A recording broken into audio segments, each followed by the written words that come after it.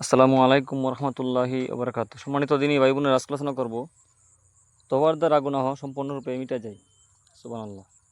হযরত ইবনে আব্বাস রাদিয়াল্লাহু তাআলা আনহু বলেন, যখন গুনাহগার প্রকৃতপক্ষেই তওবা করে তখন আল্লাহ পাক তাহার তওবা কবুল করিয়া গুনাহ লেখক ফেরেশতা এবং গুনাহগারের বিভিন্ন শরীরের বিভিন্ন অঙ্গকে পাপের কথা বলাইয়া দেন। সুবহানাল্লাহ।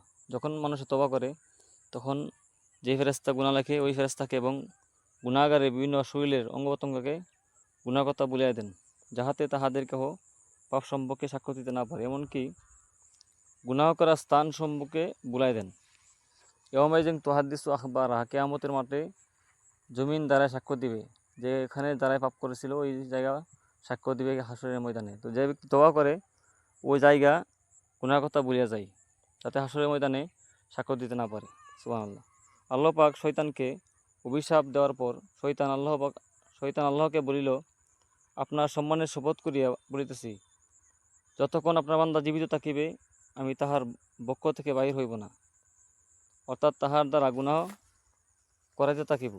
আল্লাহ পাক তখন বলিলেন, আমি স্বীয় সম্মানের শপথ করিয়া বলিতেছি, তাহার সমগ্র জীবনেই আমি তওবা কবুল করিতে থাকিব।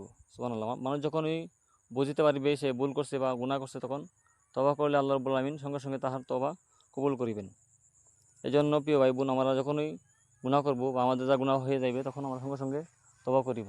আল্লাহ রাব্বুল আমিন আমাদের সবাইকে গুনাহমুক্ত জীবন করার তৌফিক দান করুক। আমিন। আসসালামু আলাইকুম ওয়া রাহমাতুল্লাহি ওয়া বারাকাতুহু।